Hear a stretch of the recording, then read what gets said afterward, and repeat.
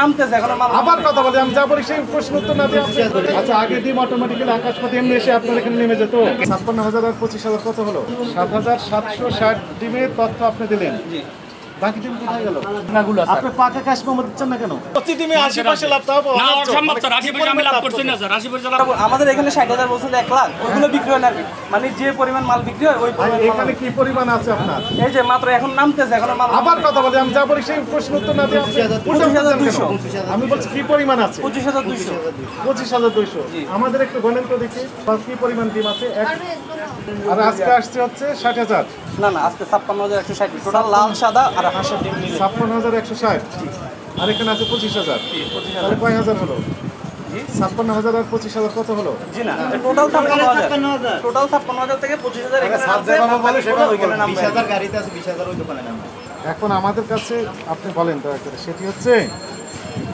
আপনি যে প্রত্যেকটা ডিমের জন্য ৮০% করে লাভ করছেন হোলসেল আপনি পাইকারি বিক্রেতা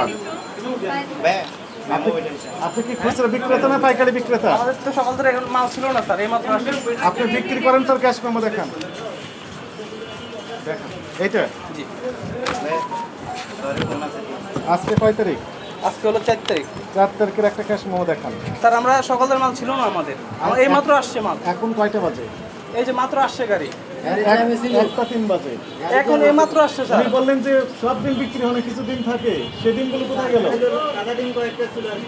সাদা দিন আছে কে আমাদের এই যে দোকানের গাড়ির লোক গাড়ি লাল ডিম একটাও ছিল না সব বিক্রি করেছে ছিল না গতকাল এই কেবল মাত্র নামতেছে গতকাল কয় তারিখ ছিল গতকাল কয় তারিখ ৩ তারিখ ছিল গতকাল ৩ তারিখ ছিল ৩ তারিখে তাহলে সব দিন বিক্রি করেছেন জি ৩ তারিখে ক্যাশ মেমো এই যে দেখান 3 তারিখে এই ক্যাশ মেমো এই ক্যাশ মেমোটা ওইটা নিয়ে আসতে আছে ওই দোকান থেকে ওই দোকান আর এই দোকান তো আলাদা দোকান ভাই এই দোকানে তো আলাদা আমাদের ট্রেড ক্যাশ লাইসেন্স মেমো তো থাকবে স্যার একটাই আসে মানে ক্যাশ মেমো তো একটাই আসে বিক্রি করেছেন ৩ তারিখে এটা তো দ্বিতীয় শাখা আপু বুঝতেছেন না কেন ওইখানে তো জি আচ্ছা একই প্রতিষ্ঠান এটা তো হলো দ্বিতীয় ঠিক আছে, শাখা ঠিক আছে। ওইখান থেকে কিছু মাল দ্বিতীয় আমাদের শাখা। জি ৩ তারিখ ছিল গতকাল তাই না জি, জি। ৩ তারিখে তাহলে আমাকে একটু দেখান কি পরিমাণ বিক্রি করছেন এখানে তাহলে আমরা বুঝতে পারবো ৩ তারিখে কয়টা বিক্রি করছেন এখানে এখানে ৪০৮০ পিস লেখেন ক্যালকুলেটর বের করেন এই যে লেখেন ৪০৮০ ৪০৮০ হ্যাঁ ৪০৮০ এখানে এখানে ২৪০ ২৪০ এখানে ২৪০ জি এটাতে কত ৯০ আর ৩০ ১২০ এটাতে ১২০০ এটাতে ৩৫০ এটাতে ১০৮০ ৮০ আর হলো ১৮০ 180 এটাতে ২২০ এইটাতে ৫০ শেষ আপনি কয়টা ডিম বিক্রি করেছেন সবাই তো ক্যাশ মেমো নেয় না ৭,৭৬০ ডিমের তথ্য আপনি দিলেন জি বাকি ডিম কোথায় গেল ক্যাশ মেমো নেয় নাই নেই আপনি হোলসেল করেন তো জি এখানে আমরা হোলসেল করি মানে সবগুলো বাংলাদেশ প্রসিকিউশন লিখেছেন এই যে বাজার ডিমের বাজার অস্থিতিশীল না স্থিতিশীল কোনটা অস্থিতিশীল একটা ডিমে আপনি কত পয়সা লাভ করছেন ৮০ পয়সা হোলসেল করেন এটা কি যথাযথ হয়েছে না ভুল করেছেন স্যার আপনি দেখেন আমাদের খরচ দেখেন খরচ হিসাব খরচ করুন হচ্ছে আপনার? এখানে এই যে আমাদের গাড়ি লোডিং আনলোডিং আছে এখানে আনলোড করতে হয় হ্যাঁ গাড়ি কোথায় এখান থেকে এখানে নামাতে খরচ হয় আছে তারপর আমাদের গাড়ির খরচ আছে গাড়ি ভাড়া আছে যেখানে সিরাজগঞ্জ থেকে আমাদের মালটা আসে দেখেন আপনি সিরাজগঞ্জ থেকে আছে তেলের খরচ আছে রোড খরচ আছে তারপর যে এক্সট্রা খরচ এটা কি আজকে আছে না আগে থেকে ছিল রেগুলার রেগুলার ছিল কত করে লাভ করতেন প্রতিদিনে আমরা 20 পয়সা বা 20 পয়সা লাভ করতেন আপনি কথা ঠিক বলেছেন জি।